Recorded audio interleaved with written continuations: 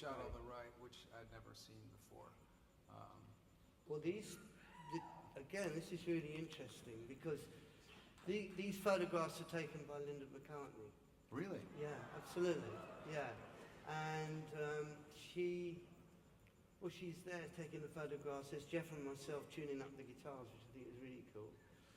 And there's a sort of train, which I thought was rather interesting because, for that sort of link with the train kept rolling. Mm-hmm. Oh, so corny. I know it's so corny, isn't it? But anyway, yeah. You see sort of a casual shot of two of the world's greatest guitar players ever, just kind of sitting there hanging out. And this is an early it's a Yardbirds experience for you. What was it like in a band, for example, with other guitar players that are amazing? Was it a learning experience? Was there tension? Were you guys? Well, I joined the Yardbirds. See, I was doing studio work, and I did it for about 2.5, nearly 3 years, and I was getting really a bit fed up with it because I was having to read far too much music, and some of the stuff was really boring. And not only that, all my friends like Jeff were going out there and having a great time, and I thought, well, it's time to get out of the session business. But the way that it happened, it's like fate intervened. I was with Jeff at a Yardbirds concert, and well, actually, it was in a big sort of tent. It was that sort of at Oxford University, and there was like a big tent, and they were playing in it. And Keith Ralph got rather drunk that night and sort of fell into the drum kit and stuff. But I thought it was brilliant. I mean, I'm watching this from the back, and there's all these sort of, university students who graduated, almost at the point of graduation, all in their sort of evening dress, and there's Keith Ralph being an absolute wonderful punk. It was fantastic. Anyway, the problem with it was that the bass player didn't see, he didn't think this was much fun, and he left the band that night. And they had the Marquee, a different location of Marquee actually, but they had the Marquee Club to play, and I said, well, I'll come in on bass because Jeff Jeff had often said, it'd be really good if you could come and join the band. I said, well, you can't. There's 5 live Yardbirds, and you can't have 6. So when this guy decides to leave the band, and I played a little bit of bass before, but nothing like he played, because this guy, Paul Samuel Smith, was phenomenal.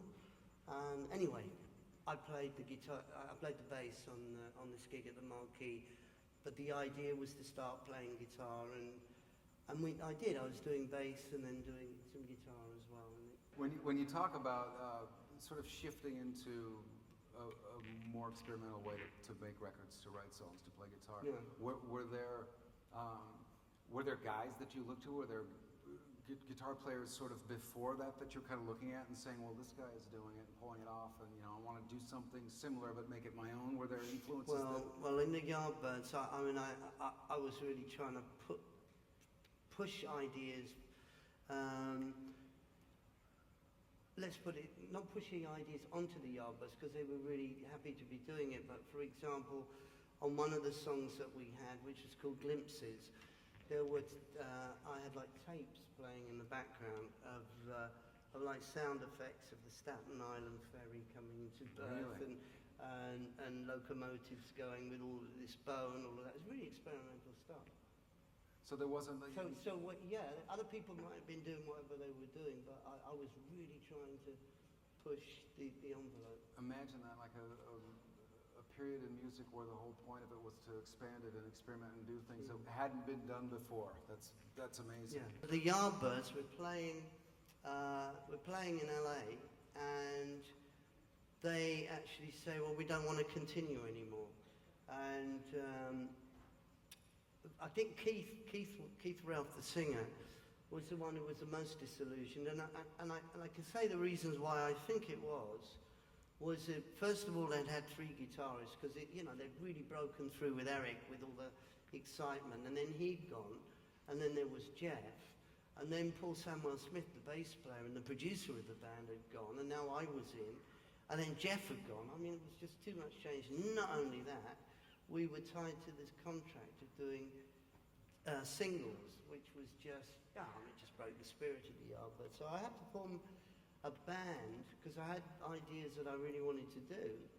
And anyway, so here are the 4 magical members, the alchemists here, they're all together.